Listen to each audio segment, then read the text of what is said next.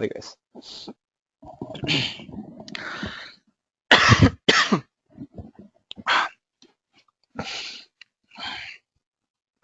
Take some water. Yeah. Sorry guys, really sorry.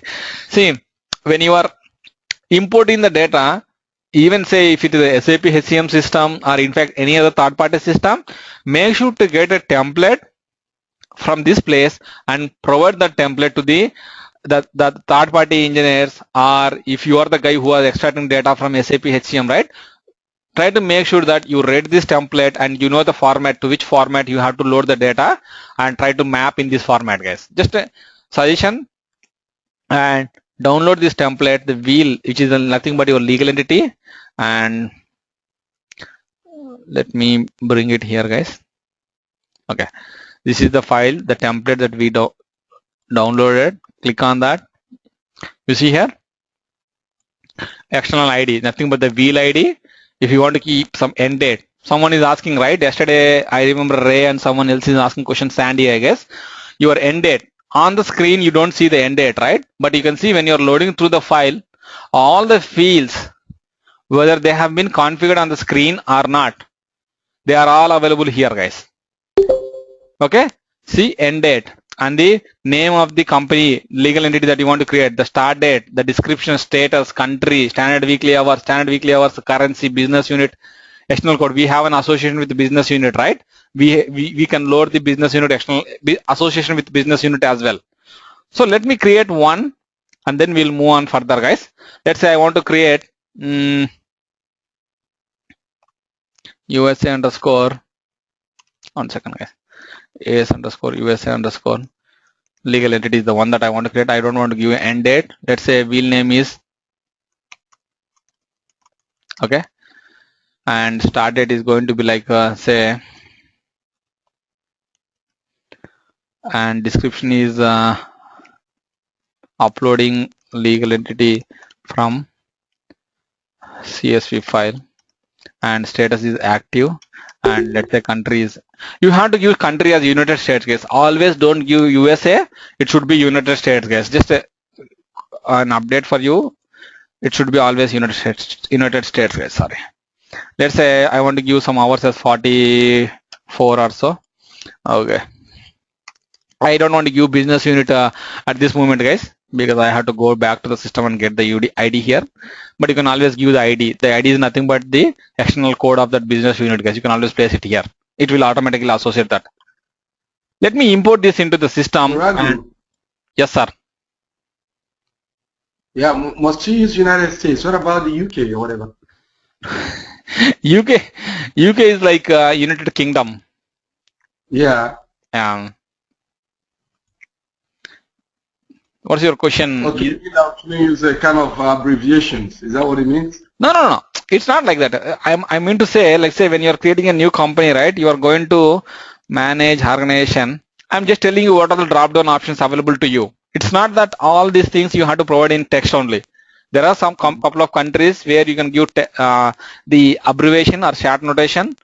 Let's say you can see here, I don't know, like United Kingdom. Yeah, you can see here United Kingdom. So whatever we see here, right, this is what we have to give over there, guys. It should map with respect to these things. That is what I mean to. Okay? Okay. Yeah. So when you are giving it manually on the screen, yes, you know that what is coming up here. But when you're downloading it through the file, right, you should be aware what is this codes, exact thing you have to provide over there as well, guys.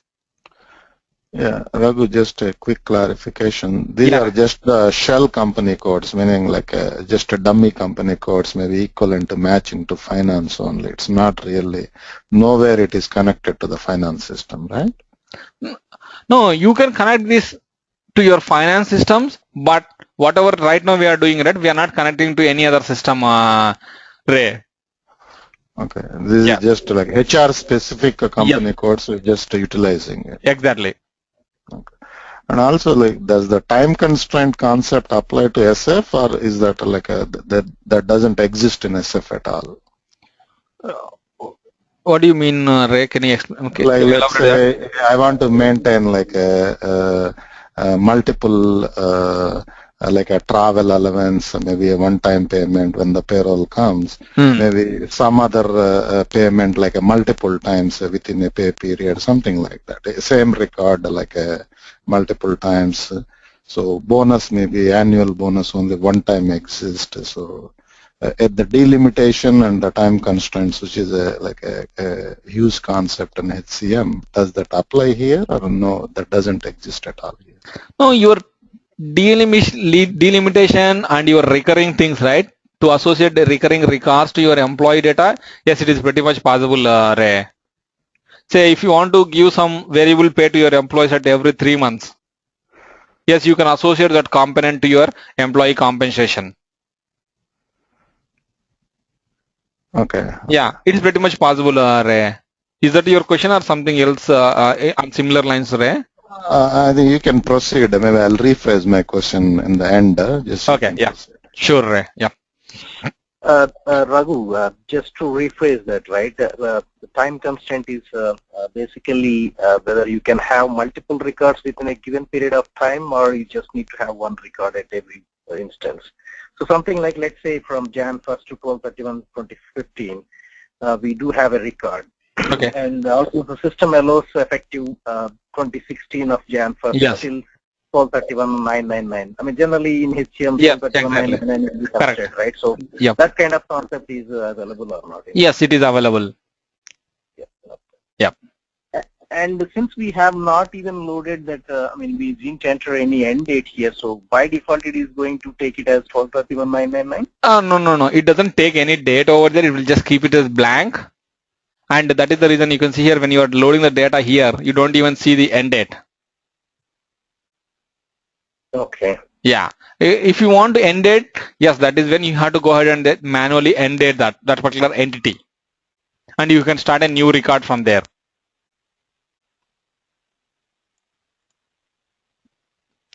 Does it answer? Yeah. It's not that you have to always don't use your end date, but yes, you can always bring your end date, and in the similar fashion like how we used to do in SAP HCM, right? Always make it as like end date as 12/31/999. Yes, you can do that. It's a simple rule. Yes, you can always, whenever you are trying to create any object, just go ahead and populate the end date field, which is nothing but end_date on the particular entity. Yes, it will update that field, and you can always change that particular field as well, guys. Because by default, your success factor doesn't give you end date on the screen. But if you are interested, yes, we can bring that particular field. It's a standard field, but it was hidden from the screen. You can bring that particular field and show it here, and you can use that particular field in any fashion, guys. No, but if we don't put anything, does it load like a 12/31/999 or no? It won't put anything. It won't put anything. Something.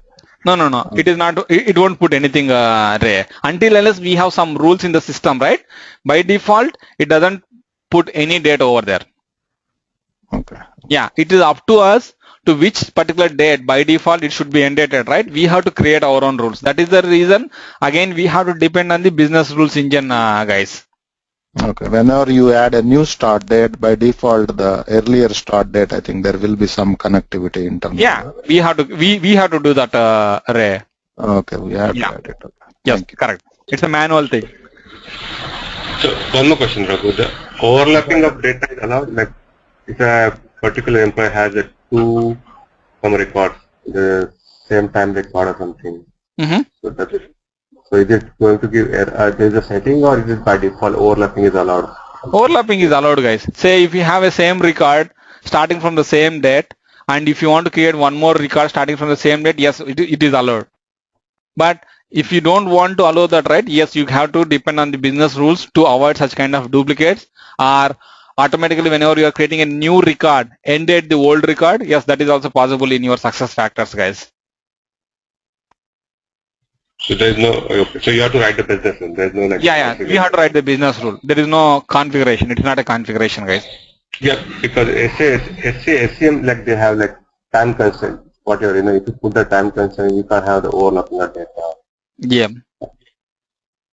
No, here it is going to be. It's a configuration. It's not writing something, not writing code, but still it is a configuration using your business rules, guys. It was open. It's up to us, or being the clients, how you want to use it, right? we have to go ahead and configure the system in that fashion.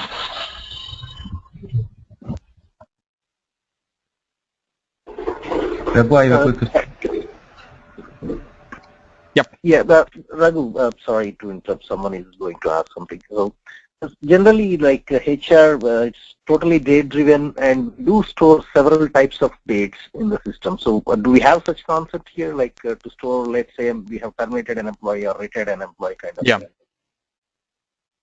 Yes, we have several dates available in the system. I don't know like who asked this question. Yes, we do have that capability, guys. So is there a separate screen, Raghu, that we store this information? Because I haven't seen from No. See, you have all this information available in your data models. That is the reason all these fields are not exposed outside. Yes. Okay. Yeah.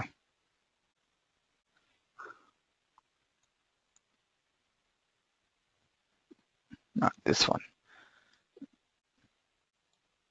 I have showed you the succession data model, right? So you have all those data. Yeah. Not country specific. It's so flexible, guys. We in whatever fashion that we want to use it, right? Yes, we have to go. We can use that, but pretty much you have to bring all those configuration out of that. By default, it is not. It doesn't show you all those things outside.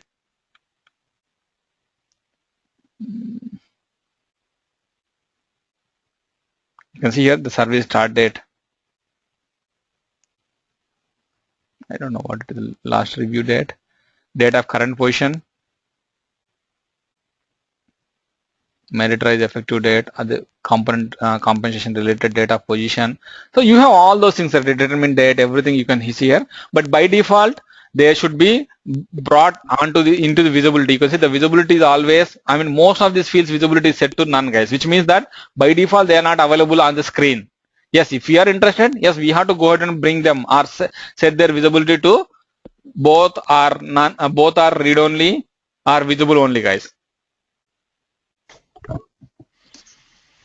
So that is the reason, like we should know like what are the standard fields available in your success factors based on the data models, and at the same time there are a lot of custom fields provided to you to use them in whatever fashion that is required.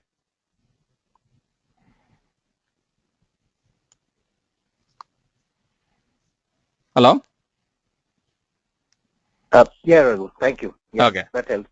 Yeah, thanks. So we just prepared the file with your legal entity, right? One legal entity we are trying to upload, and yes, if you want to import multiple legal entities, right, you have to populate those many records that you are interested and click on this wheel, and we are already in the import foundation data, guys. If you go here, not here, employee files, go to import foundation data, and the wheel is the one that we want to import, and select the file. I don't want to do a full purge, guys. You can see here the full purge is selected. Click on that. Not this one, guys, sorry. Inside the March directory it is. This is the file that we prepared. Let me validate the import file, guys. You can see here my validation failed. Country has invalid country, United States. Oh, it is showing record field. Yes, let me get back to that, guys. Yes, US legal entity. Yes.